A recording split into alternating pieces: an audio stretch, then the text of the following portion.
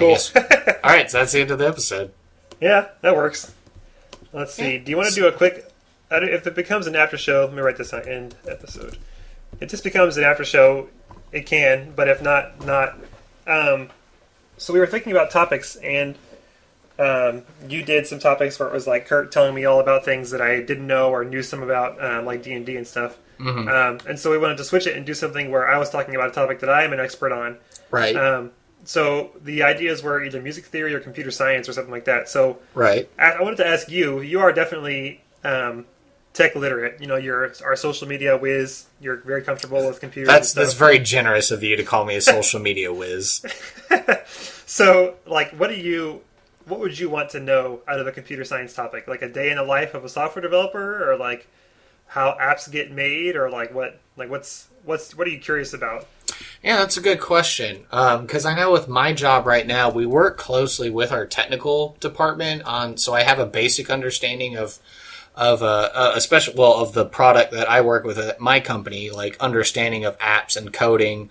And I recently sat in a meeting with I think he's like the chief technology officer. Basically, he told us a story of like, you know, in college he was working on nuclear submarine designs and modeling and stuff, and he was given the big overarching goal for our company and how we're going to move forward with everything. And so I guess among our platforms, you know, there's, you know, I guess redundancy in code or whatever else. And so I don't know, maybe just something like a day in the life of a software developer, how apps are made, maybe even more of like why apps matter now. Because like I said, I remember when the first iPhone came out freshman year of college in 2006, and I was like, iPhones, that's dumb. I'm just, you know, flip phones forever. And like how that just exploded, and why did apps get so popular, and why are they now the driving thing of how lots of things are done. So, you know, your insurance company is like, oh, we have an app, so if you get into an automobile accident, you can just take a picture of the accident and send it to us for your claims adjustment. Or banks are now like, oh, you can take a picture of your check and it'll get deposited to your account immediately. Or, oh, I want to know, I don't know, I can scan the barcode of this product, and maybe I want to find out the political leanings of this company and how they use their money for different projects and issues and stuff like that. You know, there's all kinds of apps that do all sorts of crazy things. Or, hey, I want a thing that sounds like a wood block. So how do I make a thing that sounds like a wood block that carries around in my pocket? That is an Arrested Development reference, by the way. Oh, okay. I missed it. Yeah, it comes on in the newer seasons on Netflix, so it's not part of the original 3 seasons. It's like the Netflix era of Arrested Development. Fake block is what he calls it. And so they build it up to be like some sort of great next big social media thing, and he's like getting all this money for it. But it turns out all he wanted to do was make an app, so he could just have a wood block sound whenever he hit it. So it's super funny. Nice. Yeah, that sounds like it'd be a great topic. I just let you go about, tell me like basic, because like the only computer science stuff that I know is kind of what I know a little bit from work. I couldn't tell you exactly how all the code lines up or how or why the app works, but I know that if you enable this app on your profile, then you can track your hours of service, or you can, you know, do X, Y, Z or whatever you need to in the trucking industry.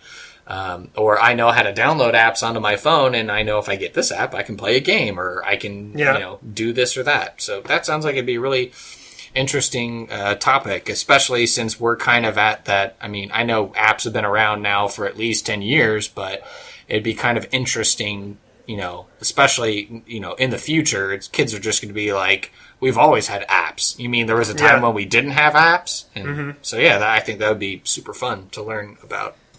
All right, I'll chew on that for a little bit.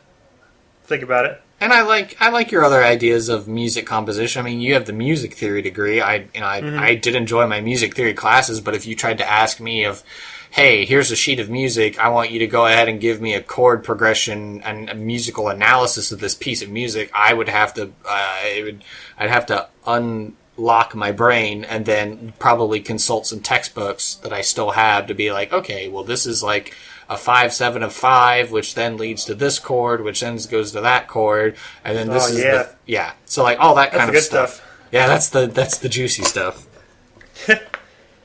Okay, yeah. Ugh, cool beans. Well, the fam bam's all here now, so I'm gonna go hang out with the Garcias. Yeah, go play some board games or something. Yeah, it sounds like you've woken up since the start of the podcast. Yeah, I think so, now that my voice isn't so gravelly. That's alright, it sounds good. Alright. Maybe we can do card games later. I had some good ones in there, we can say that for later.